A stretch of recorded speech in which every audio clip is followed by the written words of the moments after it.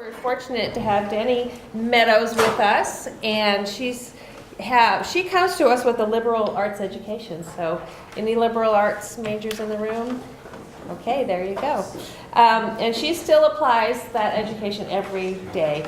As she developed her professional passions, her career evolved from commercial banking to corporate finance to business strategy. So she's had a nice trajectory of her career. And after 13 years at Nordstrom, in various director and vice president roles, she's now the founder and career launch advisor at SilverFern Advisory, working with colleges, students, and recent graduates from across the U.S. So thank you, Denny, for joining us. My pleasure. And take it away. Yeah, thanks for having me. Just show of hands, how many of you are upperclassmen, juniors, seniors? Great. Any underclassmen? Great. So just a couple shout outs. What brings you here today? You want to get extra credit for a class? You want to get your passport stamped so you can get a portfolio? What brings you here today? Extra credit. Excellent. Excellent. Do you have to do a write-up? Okay, we'll give you lots of material for that. Any other reasons? Curiosity?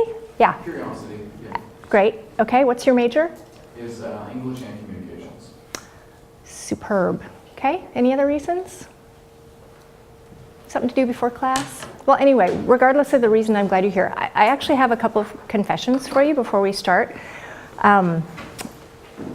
One is I'm wired for the first time, so this is a tiny bit of an intimidating experience for me. We've got a video camera in the back, so when you ask your questions, at least the back of your head will be preserved for posterity. Another confession is that, as Lori said in my introduction, I am a professional, but I'm not a professional speaker. So what you get here is from the heart. It's not from any kind of rehearsed or professional speaking ability. It really is coming from a personal conviction that I have, based on research, based on the world of work, and based on working with some amazing liberal arts students over time.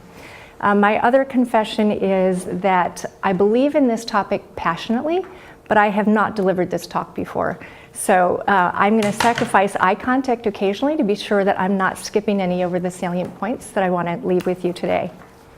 All right? So why did I sign up to even do this topic? I have a sweet spot for SPU. I think that the programs here, the sort of whole life philosophy, the uniqueness of the students who come here, I think that all those things make this a very, very special place. I also have a very strong sweet spot for the liberal arts, not just because I'm the product of the liberal arts, but because having been in the professional world for 20 odd years, I really have seen the demonstrated value of the underlying skill sets that liberal arts majors and graduates bring to the world of work, even more today than when I started in my career a while back. So I come with that perspective. I think the question, though, is really important, advantage or disadvantage, and I think the answer is that it depends. And moreover, it depends on what you decide to do with it and what you decide to do about it. So there used to be a day when going to college was enough, right? Well, that day ended a while ago. That's no longer the case. It's now about your education plus your experience. It's not only about your education and your experience, but also the conviction you have for the opportunities that you want to make for yourself. So that's kind of what we're going to talk about today. Let's look at the context, though, in terms of what some might perceive as the disadvantage. So in the slow economic recovery, there's a very sad statistic that I hear time and time again, which is that over 50% of recent college graduates are either unemployed or underemployed. That's kind of gut churning, really, particularly if you're about to graduate, or if you've, as many of the students I've worked with, have just graduated and are still looking for A, the right opportunity, B, trying to decide what you want to do, and C, trying to figure out how to break through the clutter of all the resumes that employers are getting today. It's not easy out there, but there's hope. Liberal arts gap. What I've seen in the years since I graduated is that, back in the day it was possible. I graduated without very clear career intentions. I had 2 job interviews somewhere toward the end of my last semester of school, got 2 job offers, flipped a coin, took one of them. Now, was it a great job fit?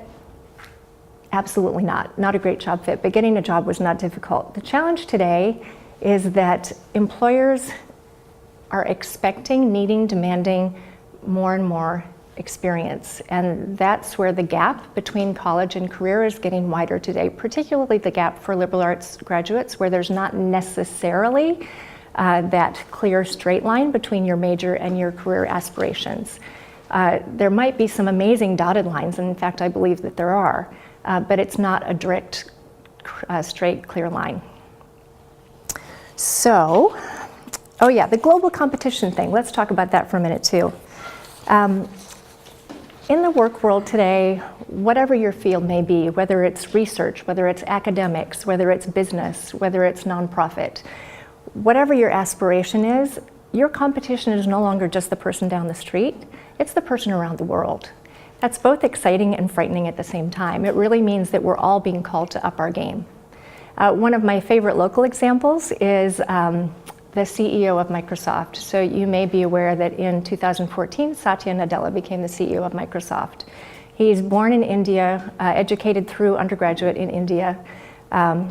His college didn't offer the major opportunities he was interested in, so he came to the United States, got a master's degree in computer science at University of Wisconsin, and then got his MBA from University of Chicago. So what you see in Satya is it's a whole new world of kind of global search for talent. That's at sort of a big macro level, at that sort of the epitome of the business career ladder. But the same thing applies really throughout the career paths that you'll be embarking on as well. So,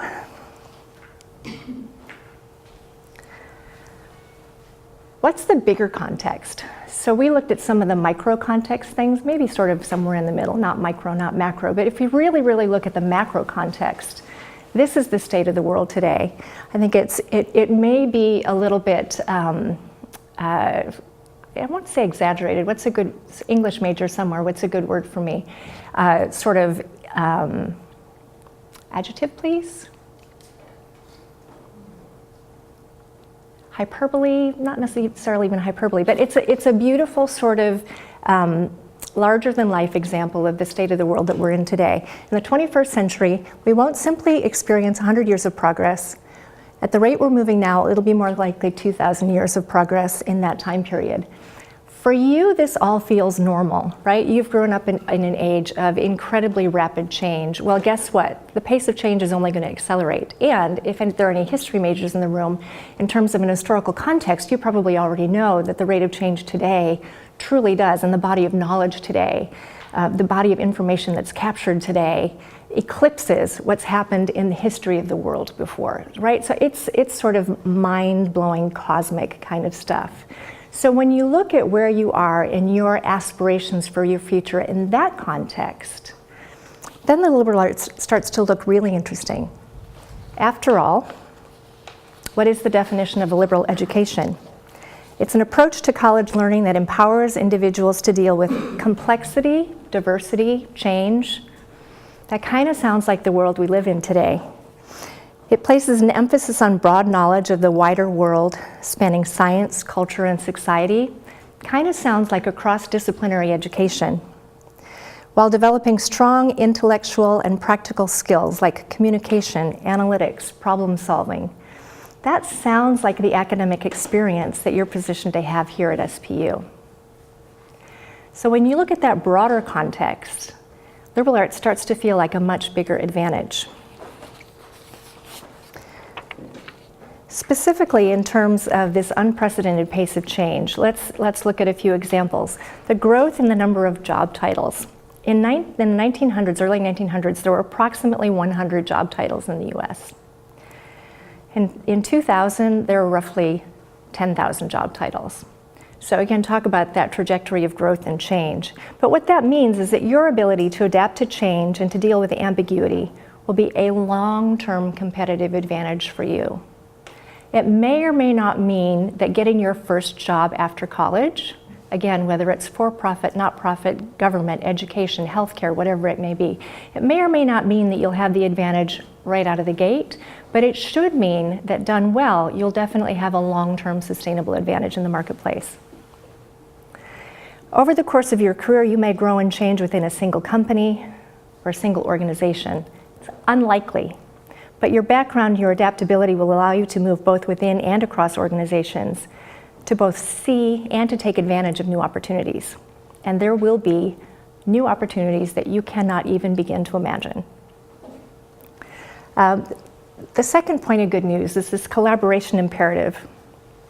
All organizations will depend on leaders, managers, problem solvers, change agents who have skills in things like critical thinking, analytical reasoning, complex problem solving in diverse settings, effective communication within and across teams, within and across external partners, within and across national boundaries.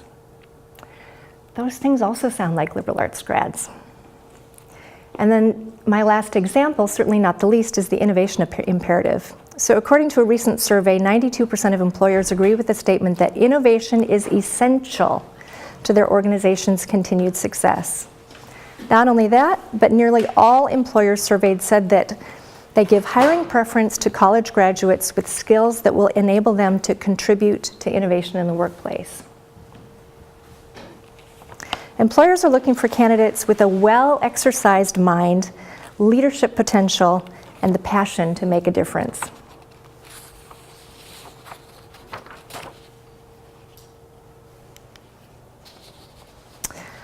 I like this quote a lot in that context. The only education that prepares us for change is a liberal education. In periods of change, narrow specialization condemns us to inflexibility, precisely what we do not need. We need the flexible intellectual tools to be problem solvers, to be able to continue learning over time.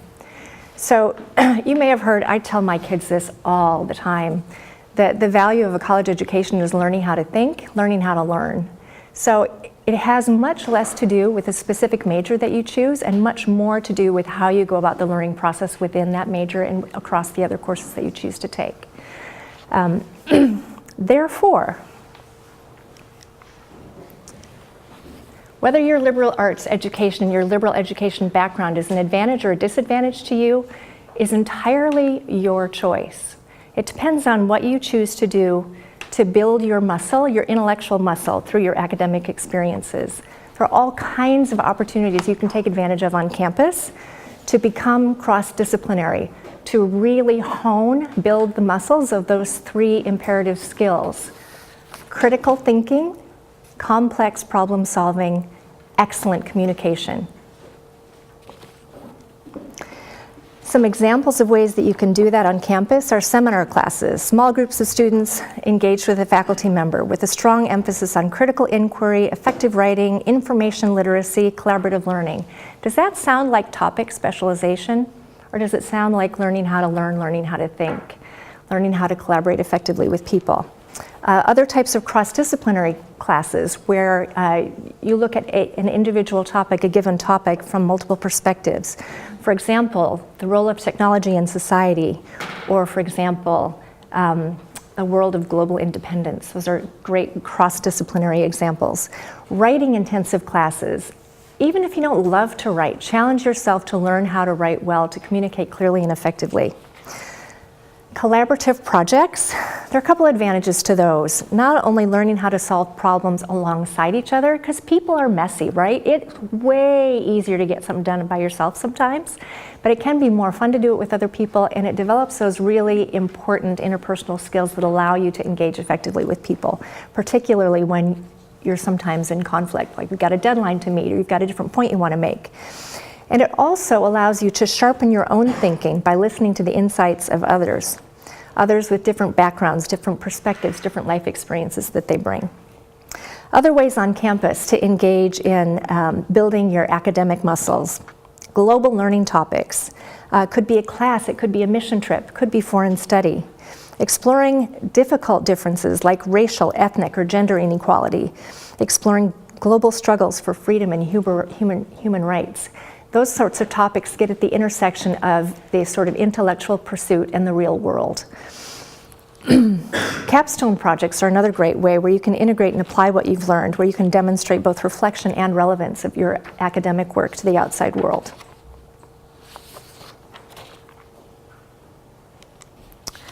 Another choice is how will you show your relevance? And that has more to do with making that transition from sort of your academic learning, building those intellectual muscles, to getting out there and experiencing things, demonstrating your capabilities in the real world. Few examples of ways you can do things like that. Undergraduate research, working on actively contested questions that are out there in the real world, building the skills of empirical observation, sometimes working with cutting-edge technologies or cutting-edge theories, and really experiencing that sense of excitement that comes from working to answer important questions, real questions. Another way to show your relevance, service and community-based learning. Applying your classroom in real-world learning situations, working to address a real problem or issue that exists within your community, whether you define your community as your residence hall, your campus, your town, your state, your community of interest. Internships also are a pretty obvious way to make that connection between your academic muscle building and your real life experience. There you can get direct experience in a work setting. You have an opportunity to explore an area of career interest, which is great, right? And what you learn about what you don't like to do is at least as valuable as learning about what you do like to do. You can demonstrate an ability to transition from the academic setting to a professional setting where you don't get to sleep in until 10 or 11, but you actually have to get up at 7 and be at work at 8. I mean, sounds like obvious, right? But it's not actually that easy. Receive coaching from professionals in the field of interest. And this one is particularly important to me, where it gives you an opportunity. An internship will give you an opportunity to further explore the things that you do well, identify your talents, and identify your interests, things that really intrigue and capture your imagination. So, examples of how to show your relevance. And the other part of your choice, the other part of being proactive in all this is figuring out how you're going to tell your story.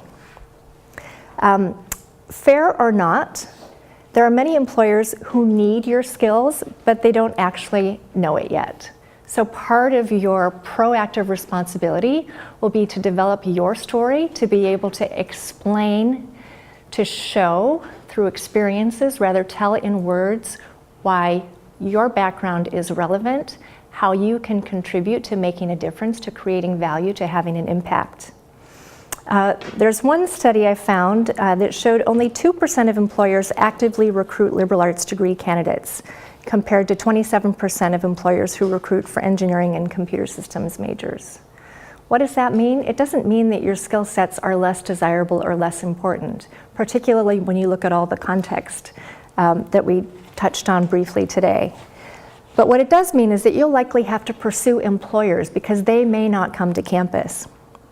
You'll need to go out and search for them. You'll need to show them through your experiences how your liberal arts qualities, aptitudes will deliver value to them. Another way to tell your story, to be grounded in who you are, what your strengths and talents are, what your passions are and interests are, is to invest in discovering and developing your talents. There was a loop that was running as you were coming in, if you got here early, that shows a number of the classes that are offered through the Center for Career and Calling. SPU is unique in offering students actual class courses and class credits to explore some of these ideas of where are my talents, what am I good at? Passion, maybe? Still working on those things. SPU allows you to invest in those things here actively, proactively. So really, bottom line is whether your liberal arts background is an advantage or a disadvantage is up to you. The 3 spheres that matter in that pursuit, the 3 areas where you can be actively engaged in making your own future happen, are these 3. where it's the academic rigor that you're experiencing here on campus now. How are you taking responsibility for designing your education and your experience here at SPU? How are you exposing yourself and putting yourself in the middle of experiences and opportunities to really develop those 3 critical areas: critical thinking skills, complex problem solving, excellent communication? What are you doing to translate those muscles, those intellectual muscles, into real world experiences so that you can demonstrate your relevance to whatever organization you choose to make a difference in the future? And last but definitely not least, the one that's at the top is being authentic to who you are, investing in yourself and really understanding your own strengths and talents. Investing in pursuing ideas that you think could be interesting, that you think could lead to fueling a passion, and really understanding where your personal power comes from. There's a great set of statistics around the number of people who are happy in their professional life, their work life. It's a bell-shaped curve. Do you all know what that looks like? It's got a long tail. It kind of goes up in the middle and has a long tail on the other end. About 10% of people are truly, truly happy in what they do. About 10% of people are absolutely, truly miserable with what they do. The other 80% fall somewhere in the middle of, yeah, it's okay, it's fine. So the question that you can ask yourself is, where do you want to be on that bell-shaped curve? Being at 50% is not bad, but it could be so much better. Being at the 10%, to me, really is that first part. It starts with being authentic to yourself and really understanding, really paying attention, starting today, if you haven't already, and continuing for the rest of your life, to those clues that are in your environment, in the world around you, in the things that you do every day, those clues that show you, hey, I'm actually good at this. Hey, this matters to me. Hey, I lose track of time when I'm involved in this. This is really engaging to me. It's all of those clues that will help you to really hone in on that authentic self, that will give you the power to be in that top 10%. So, that is my message for you today. I would love to take any questions or hear your thoughts.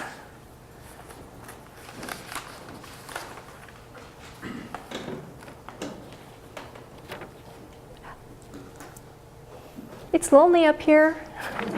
Yes, please. You talked about internships. So when I guess employers look for internships or jobs in general, they always want the experience, but when you're in college, you don't really have the experience. So like, how do you make yourself interesting, I guess? So Yes. like people who are looking for interns are interested in you. That's a great question. So internships are getting super hard to get, right? Really, really hard to get. Internships today are harder to get than jobs when I graduated from college. But all of the things that you're doing, you'd be shocked at if you really do an exhaustive list of your experiences, your activities, the things you're interested in, engaged in, including any clubs, including any other campus activities that you're involved in, any kind of leadership positions, whether you're leading from behind, as part of a group, or whether you're really truly in a leadership position. All of those sort of non-professional experiences can tell the story of really who you are and what you have to contribute. So really it's about exposing yourself and getting involved with as many things as you can handle in a way that's interesting and exciting to you, not just because you're supposed to do those things, but because you're really exploring things that are interesting, things that matter to you. So anyway, you absolutely can demonstrate your abilities without necessarily having the experience that you need in order to get experience, that circular reference. Yes, please. You mentioned developing yourself personally and what you're good at. What happens if you're a senior about ready to graduate, there's not much time to take advantage of those classes on campus? How would you recommend developing those personal traits outside of college? The first thing that I would recommend actually is being able to articulate those personal traits to yourself.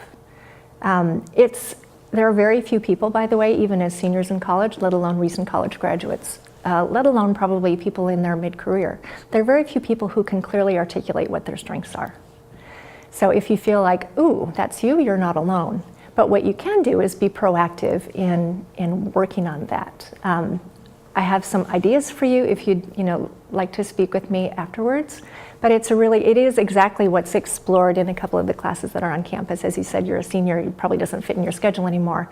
And there are also professionals, for example, who really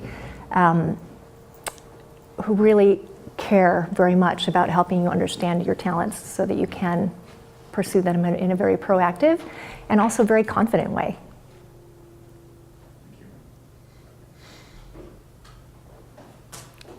Any other questions?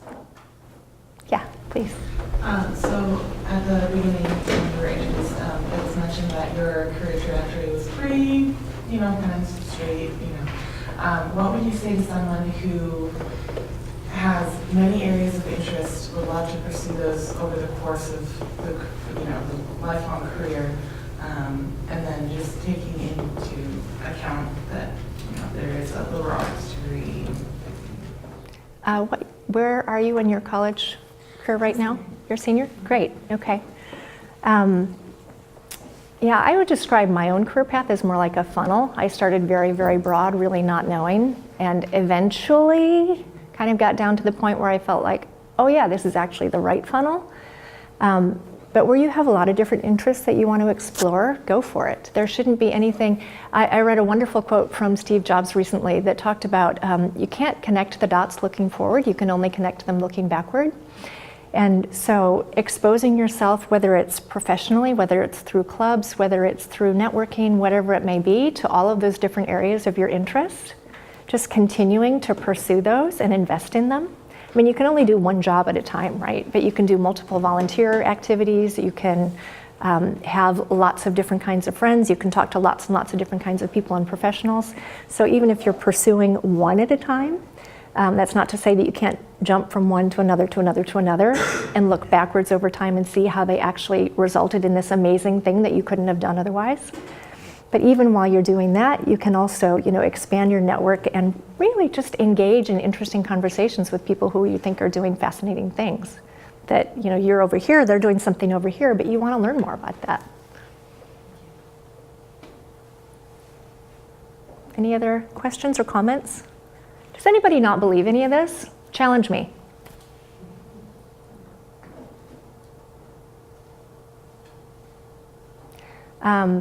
Anybody not believe that the world is an incredibly complex and fast-changing place?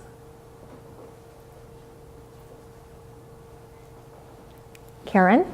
Well, I was thinking that your description of this class talked about it changing from terrifying to exciting. I was curious how many people are feeling terrified. Anybody? A couple? Yeah. So what do you do about that? What do you do about the terrifying? I worked with a college senior recently from, she attends Bates College in Maine, and she came to me looking for, this is a long-winded explanation, but I'll get there, I promise. She came to me saying, I want more confidence in presenting myself to employers. I have a couple of ideas, I'm not really sure, but I'm looking for more confidence in presenting myself. And to the earlier question about developing one's strengths, not only developing one's strengths, but also developing one's confidence starts with knowing oneself. And so that actually is the germ of my advice my response to almost any question, really, is investing in that piece of knowing who you are, what separates you from the next person, what talents you have, what talents you want to develop, what things really get you excited. And it's all about paying attention. There are tools that you can use, there are tricks that you can use, there are people you can talk to, but it really is all about paying attention to what it is that makes you unique and special. So as I worked with this student from Bates, she went from thinking that her goal was to figure out how to communicate her interest to employers, but But what happened was that she just felt this amazing heaviness lifted from her, and she felt light and confident and self-assured and empowered because she suddenly was able to articulate her strengths. She was able to see how her accumulated experience, and she's got amazing campus activities, all kinds of things before she went to college. I don't think there was a single paid work experience on her resume. But she was able to look back and connect the dots in her life so far at age 22 and say, oh yeah, look, all of my experiences speak very clearly to these strengths. And I know, now I understand how to position these strengths to be valuable to a prospective employer. Did that answer your question at all, Karen? So she went from feeling, ooh, how do I tell my story, to, I have an amazing story to tell.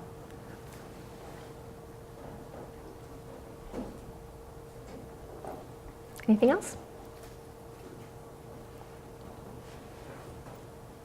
So, if there's one word that you could take away from this, I would say it's action. It could either be action or it could be kind of proactive, but action is an action verb and proactive is what part of speech is that? It's an adjective, maybe. So if you're going to take action,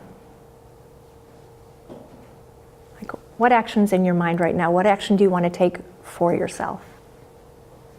If you'd like to share it with us, we'd love to hear. Action. Yes, please. I would start by cleaning up my resume a little, I guess thinking about what I really would like to do and looking back at my experience and seeing what would actually highlight who I am, that I'm showing myself to my employers or future employers. And yes, cleaning up the resume. That'll be action. That's a good action. Yeah, you want to be sure your resume tells a very clear story of who you are. So a resume, sort of the template that you get, shows you how to chronologically show your experience, right? That's the science of it. The art of it is really using that format to tell a very clear story of who you are and what you're offering. So I love that action. Any other actions? How about our senior in the middle? What's your action? Well, actually, I was thinking about chatting with you afterwards and figuring out how to develop my own strengths. That was the action at this point. Beyond that, probably starting to look into what to do after spring and after graduation and figuring out possible careers I've been thinking about. I've got a few tossed around in my head and solidifying that now. Great. Any other brave souls? Courage points. Yes, please. Just in response to your query of how, I don't know if you know Myers-Briggs type indicator, but I found that to be very helpful for myself. I want to offer that to you. Yeah, there's some great Myers-Briggs resources also that relate the personality types to kind of career aptitudes. It's dangerous to take any kind of test and have it try to point to a career, but sort of being able to understand the kinds of environments or the kinds of work that you would thrive in within whatever industry or functional area or whatever is, there's some great insights from Myers-Briggs. How about in the back? Yeah, on a similar note, I think like you mentioned connecting the dots of my resume and knowing how to do that without looking at a piece of paper. And on like say Myers-Briggs, the strength finders, that took a couple years back, but I think I'm going to retake that soon anyway for the position I'm in now. So Good. yeah. What's your Myers-Briggs type? Gosh, I think it's ENFJ. Is that right? Yeah. Does anybody else know? Who here knows your Myers-Briggs? About half, maybe? There's some pretty cool insights available there. And StrengthsFinders has come up too. How many of you have done StrengthsFinders? A few. Yeah. Reactions to StrengthsFinders? Surprising, validating? Anything? Yeah? Validating, I think. Validating? For a class quarter, and you just go back and reflect on ourselves. And has anybody, does anybody own, or has anybody looked at the book Strengths Quest? It's an awesome resource for college students. It's based on the Strengths Finder, the Clifton Strengths Finder, but it kind of has implications and interpretations specifically geared for college students.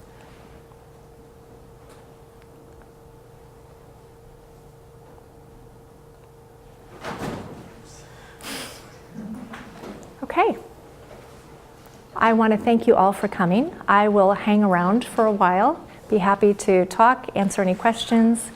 Yeah, Karen?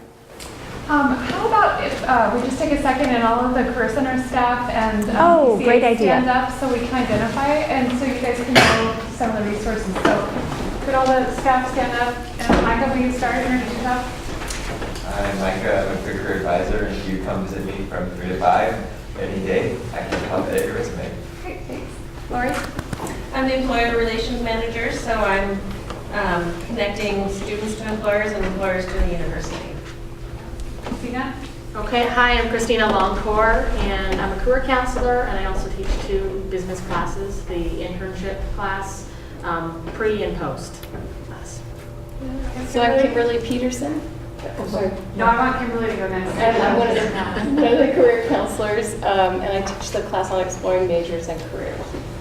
And I'm Karen Altus, also career counselor, and as Denny's already introduced herself. And then Kristen, I wanted you to go last so you can, do you want to ask people if they'll help you out? Introduce yourself. I'm also a peer career advisor. I'm Kristen Schmidt, and I'm doing some social media stuff today. So, if you guys want to be featured on our Instagram, come up to me after. There you go. I just also say that many of the things that Denny was talking about today in terms of kind of understanding your strengths and figuring out who you are and understanding your passions and maybe, I don't know if I have a passion at all. Those are really great questions that I think are sometimes best answered kind of with a partner or with a group of people. And the Career Center actually offers that to all the students here. And you should take advantage of it. Make an appointment with a peer career advisor or make an appointment with one of the career counselors because, you know, it's hard to figure those things out all by ourselves. And that's why Danny says when she talked with the gal who's going to Bates, they did it together, right?